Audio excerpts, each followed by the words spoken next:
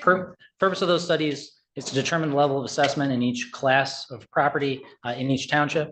And I know I sound like a broken record when I say this, but again, property in Michigan is statutorily required to be assessed at 50% of its true cash value. And ultimately, the purpose of equalization at the county level is to ensure that the level of assessment between property classes in each jurisdiction is uniform. Equalization process sets the property tax base for the county and helps to ensure that property taxes are levied in a fair and equitable manner. And the Board of Commissioners delegates that responsibility, the responsibility for the equalization process to the equalization department, but ultimately it's the responsibility of the board itself to equalize. So that's why we are meeting today in this special session. MCL 209.51 states that the equalization session will be on the Tuesday following the second Monday in April, following a solar eclipse or lunar eclipse. So that is why we are here. So the report that you have in front of you provides a summary of the county's 2024 county equalized value and taxable values. And as sort of per my usual approach, I'm not going to go through the report page by page, but I do want to spend just a few moments looking at what I view to be the most significant components of the report. And just feel free to jump in if there are questions, like just interrupt me if I'm, I've had a lot of coffee today, so, feel free to. So if you turn to, it's tab 2 or page 6, if you're looking at your.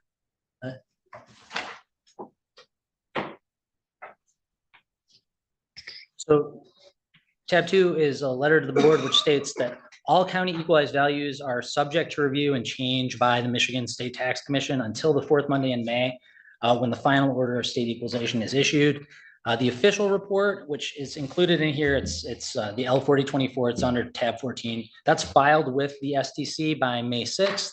That's the first Monday in May.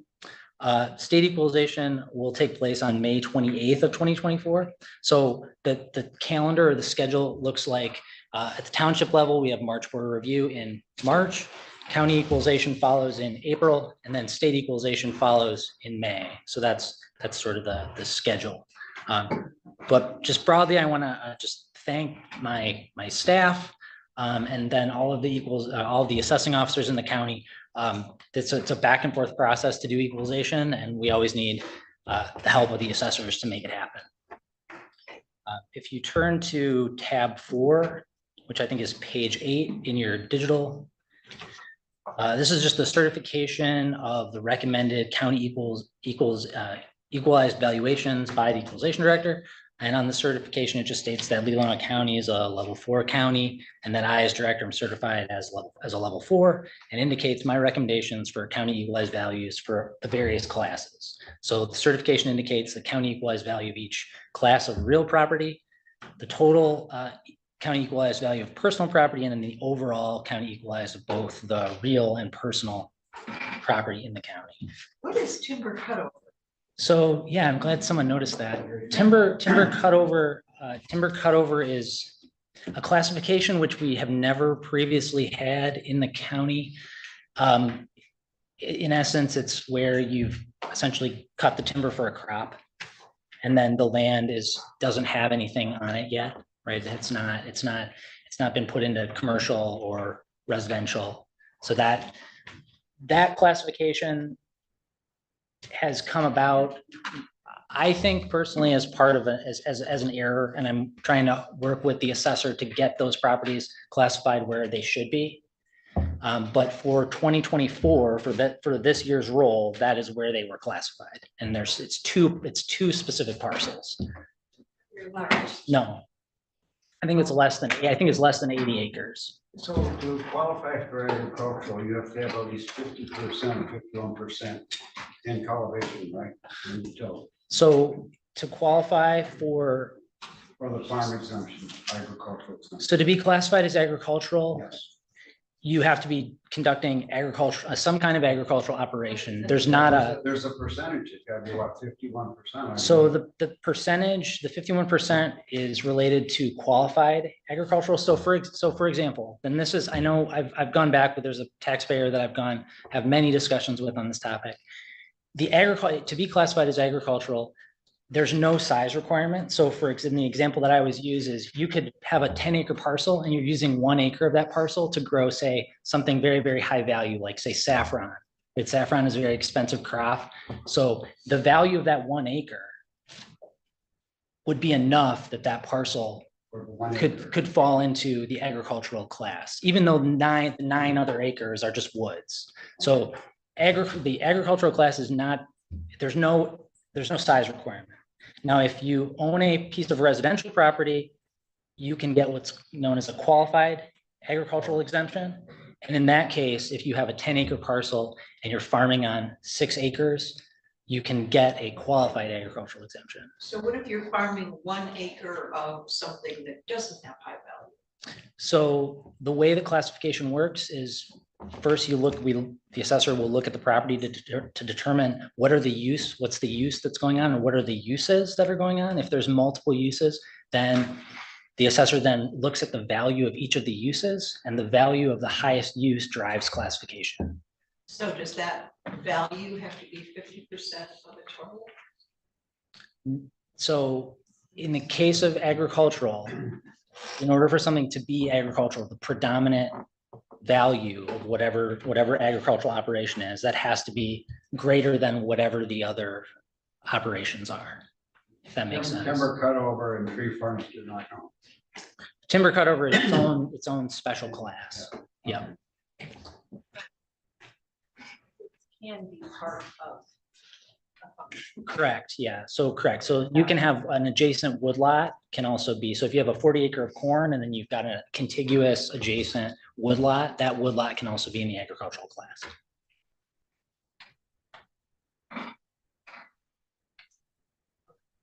Okay, thank you. So on tab 6, again, page 10 of your digital edition, this is a summary report that shows the percent change in both the county equalized value and taxable from 2024 by local unit.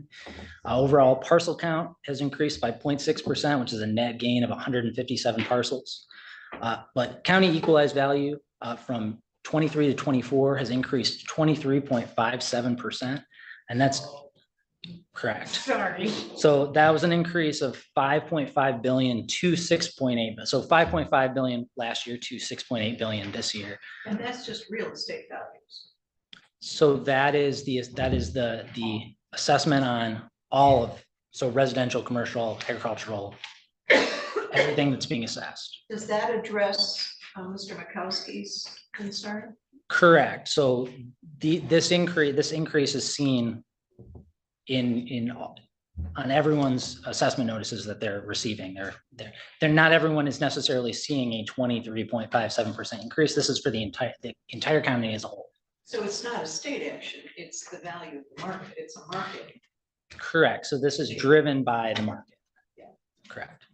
But the state's going to make Andrew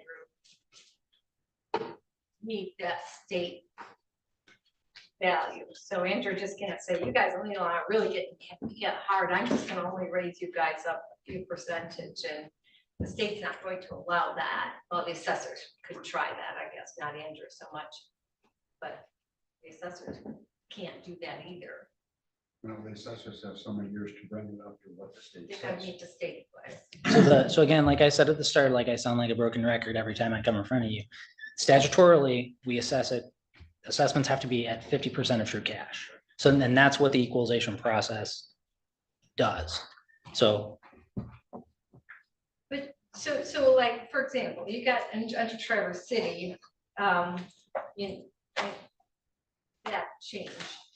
They put in, it's gotta be, there's a whole bunch more apartments. Are those on the rolls now down Morgan Hill, Morgan Farms?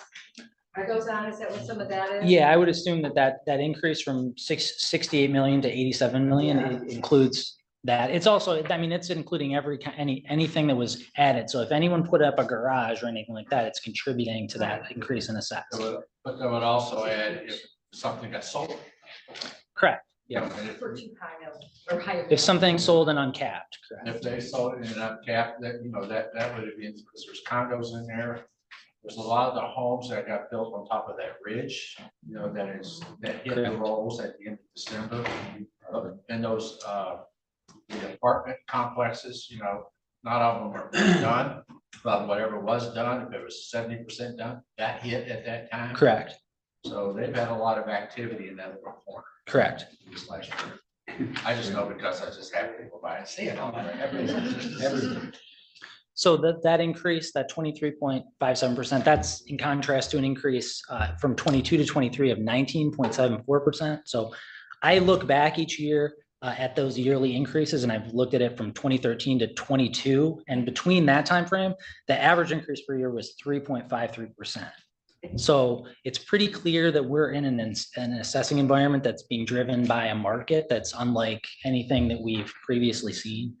And I think if you remember back to when I presented in February, I rattled off a whole slew of headlines from the Leelanau Enterprise about property sales in the county. And I think that kind of demonstrates the point, the market that we're in.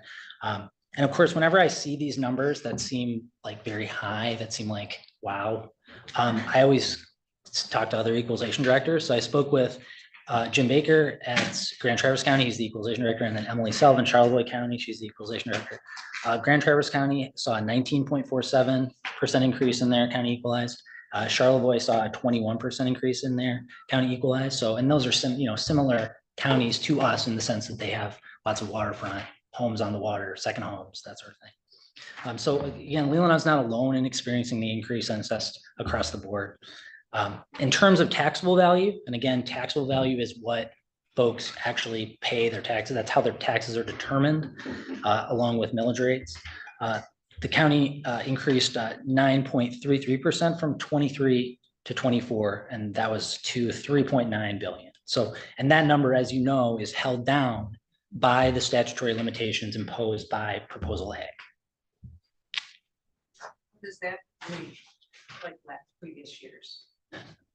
How, what do you mean the At total? 9.33%. Did I write that down? I'm not sure what. It'd be similar, right? It's that number, so that number can rise or fall depending on what, if there's any building going on. So, but I would have to look back and look at what the number is, what the number was in 23. So if you turn to tab 7, that's page 19 if you're following along digitally. This graphic, it just shows the county equalized of each class of real property in 23 and 24. So comparison between the 2 years.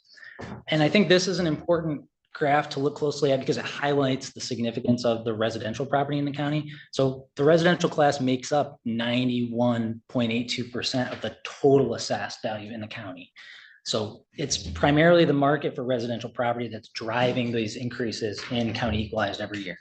And I think I've mentioned before, like I've talked about this in earlier or other meetings, we think of Leelanau County as being this land of farms and vineyards, but we're overwhelmingly residential. That's what is in Leelanau County. If you just going by the numbers, it's houses, people living on the lake, people living inland, it's houses.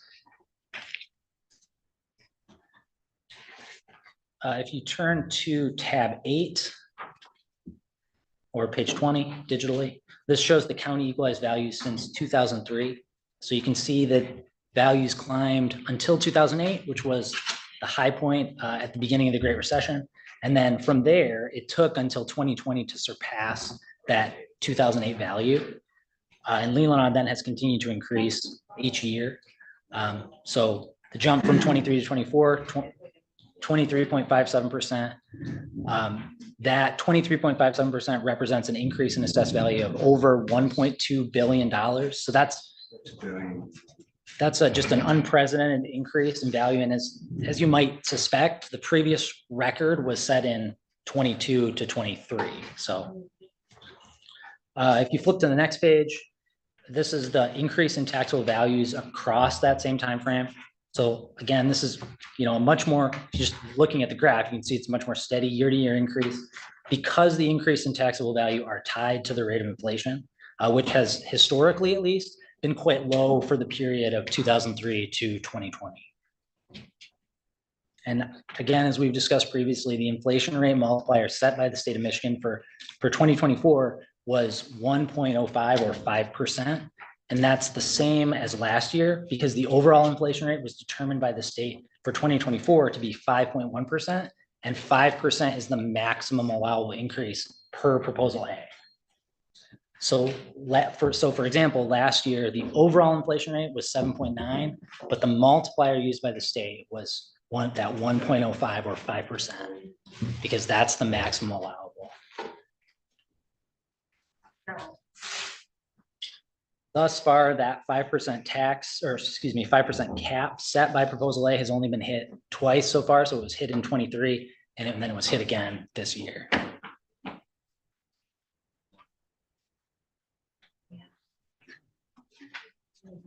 So if you turn now to tab 13, which is, I don't actually have a page number for that. Let's see.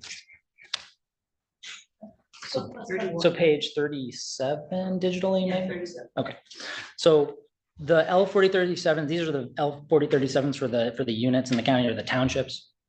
And this form, it identifies the assessed value as equalized for each class of real property, as well as the value of all the personal property within each township. So the 4037s are signed by the chairperson of the county board, as well as the clerk. And I've provided the clerk's office with all these documents. And it's on the L 4037s that we can actually see county equalization at work. So if you flip forward to page 44 in here, you should be looking at Leelanau Township's 4037. Okay. So you'll see that the Board of Commissioners is being asked to add a sum of $2,790,573 to the real commercial class in this township.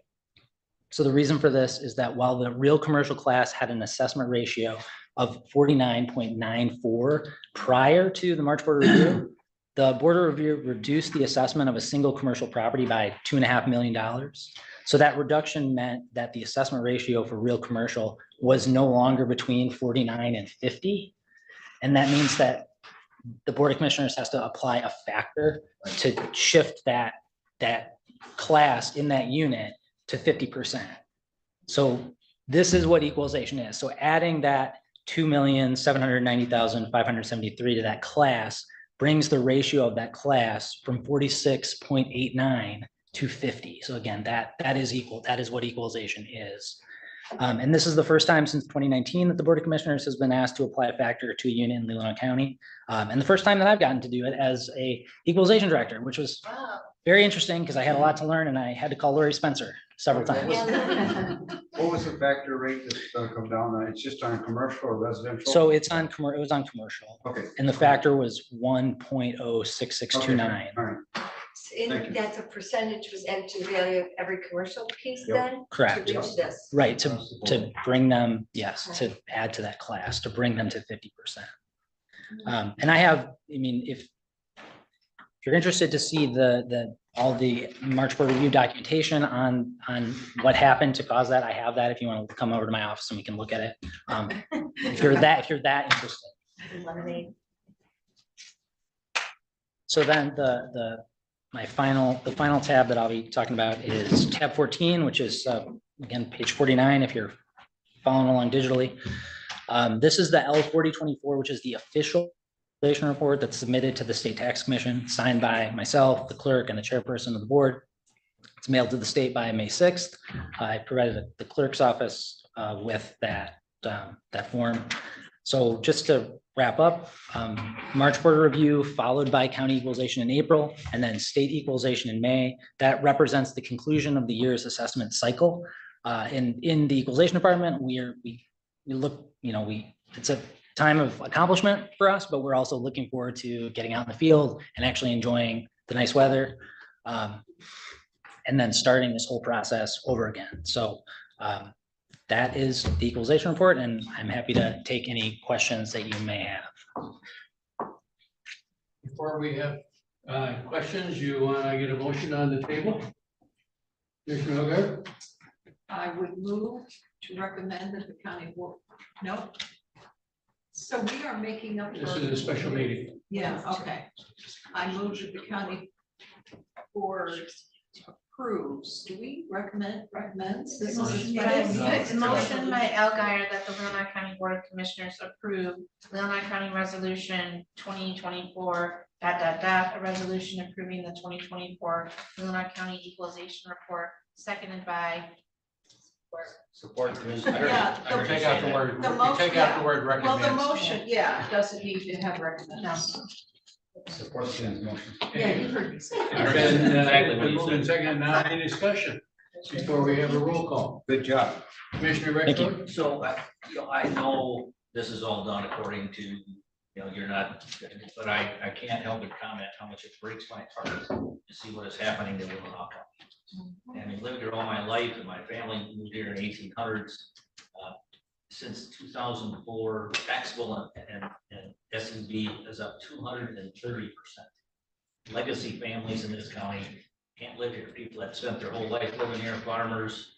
It's just sad. I mean, I don't know, there's nothing can be done, but to not recognize it and feel bad about it, I mean, it's just, I know we gotta vote yes, but this is just simply awful. And if people are gonna live their whole life having this increased amount, yeah, it's okay, it's increasing net worth, but that helps your kids when you die, but it doesn't do anything for you, and it doesn't. And when you die, they can't afford to even buy the thing anyway. So I just gotta say, this is nothing you've done. It's a very sad state of affairs.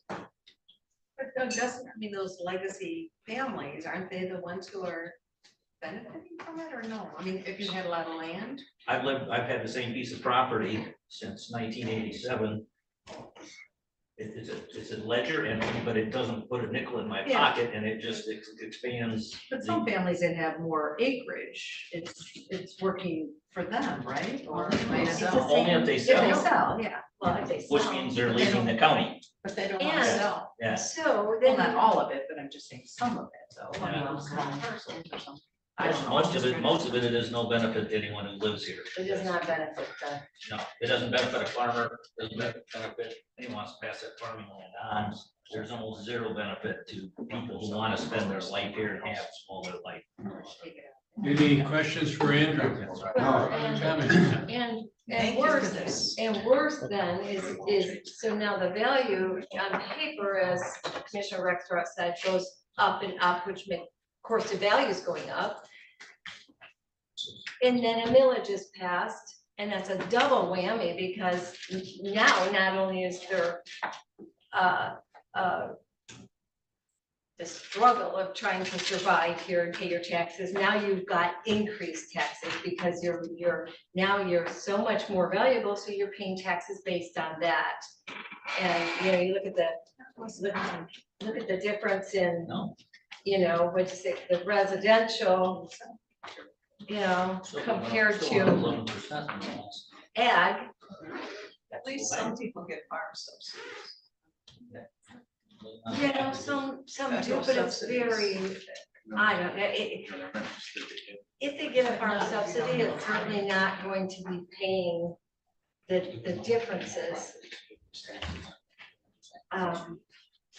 We're Well, having, that's we're what- having a couple different discussions. Are you getting those minutes? I'm just hitting bookmark. It doesn't matter. You can't do anything about it. It's just a. When did you lose control? A little bit ago. So does anybody have any questions for Andrew? No. And if you think of any later, we're just across the hall, so. Thank you for So your we'll work. need a roll call vote, please. Yep, Commissioner Al Guyer, Yes. Commissioner Kramer is absent, Commissioner Lautner, Yes, Commissioner O'Rourke, Yes. Commissioner Rexroth, Yes. Commissioner Ross, Yes. Chairman Wessel, Yes. 6-0, 1 absent. Okay, good, because I don't know what happens if you say no, so. You got a lot of work to do then. Thanks, Andrew. You got a lot of.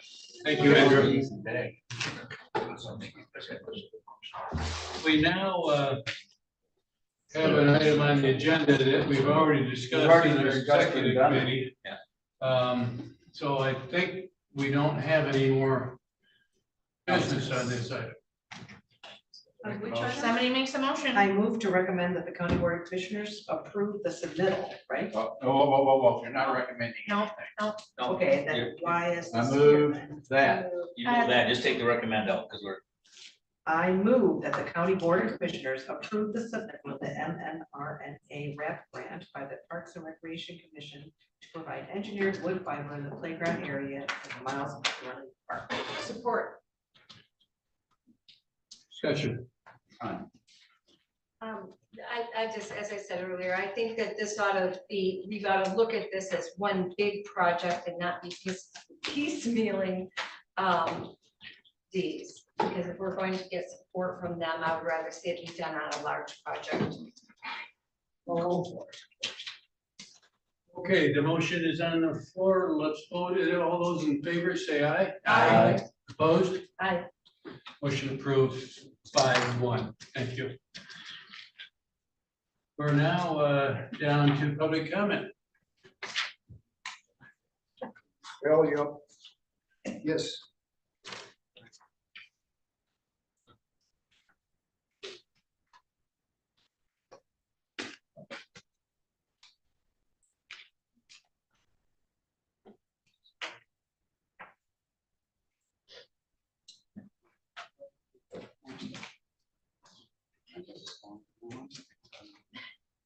Joe Wiesner, Elmwood Township, and again, I agree, I forget the gentleman's name, but you should look at all the information. I'm gonna look at his and critique it. I don't think I'm gonna find where it's true. And Ty was saying in the break, we just come from different places. I don't see how well, let's look at the evidence always. So we've got his to look at, the 70 pages, saying there's no fraud. We've got this video is a great spot to start. It looks at 15 of the main areas. Rumble.com, let my people go. Look at those, and anybody can watch it. Let my people go, just go to rumble.com. But I'm going to look at his, and I hope you, and there's been a couple commissioners here that say, no, I'm not going to look at that. I know it's true that there's no fraud. Well, be willing to do that. Be willing to look at this. I will look at it. Everybody look at the information. We don't have an agenda here. We want to find the truth for what's good for the citizens that you represent here. And let's just be honest about it. Now, here's a question. Okay, so I've got this other hand up, but I'm going to hold that because I missed so much in this first one. So I don't know if you've got it, but the pages aren't numbered on it. But if you start from the front with that, if you want to follow along, it's the U.S. U.S. country, and then Michigan, Detroit in the second page. Third page is this one about the numbers that he throws out from the white hat hackers. Well, go on to the fourth page is where I've written down this added question, looking at, and I've mentioned this several times, and this would be a wonderful one that somebody could really enlighten me on, was the 2016, 2018 election. You saw those people a couple times were shown here. Hillary Clinton, Kamala Harris, Vice President. There's fraud in these machines. They can be hacked. They can be flipped. 20 people, more than that. There's more than that. If you look at the long version, all of this 2016, 2018, the question would be, where were we? I didn't even notice it back then, to be honest, until 2020. But maybe some of you were noticing it and had a thought on that. Did you agree that there was fraud then? Then what changed after 2020? The candidates changed for one thing, but is there anything else that made you believe then all of a sudden the machines are all trustworthy? I'm stumped by that one. I haven't heard a peep from any of those 20 or 30 or 40 people that were complaining back then. And what's changed? Looking at the information below, voters who voted but are now inactive. How's that happen? The clerks could tell me. I don't know. How are they taken from voting to all of a sudden inactive? It seems like they just pull up these inactive people, have them vote by the machines because they don't come in, and then just they bring in voters, they use them, and then they take them and make them inactive. That shouldn't happen. We can't trust that. Going on to the next page, again, these systems, there's 3 different, they're so complex, how everything interacts, and it goes over to Spain and comes back, and it's using Chinese equipment, Chinese computers, if not the computers themselves, the parts, the chips within them. How do we trust them? When these guys before me mentioned, TCAPS was down for so long. The next page shows the actual modem. They've got the data, the emails saying this guy from somewhere, Slovakia or someplace over there by Russia, they work for Dominion. They said since 2018, there have been modems in the machine. John Polis said no modems, but they found them in Denver. They found 34 of them in the system. And the spikes in the middle diagram there, the machine or the car coming into Detroit. And it's just consider all this. Look at it honestly. That's how we can agree. We look at the data. We don't just say this is true or that is true. We look at the data openly. Thank you very much. Thank you, Thank Bill. you. Thank you. Any other public comment? Any commissioner comment? I know. Motion to adjourn. We're adjourned.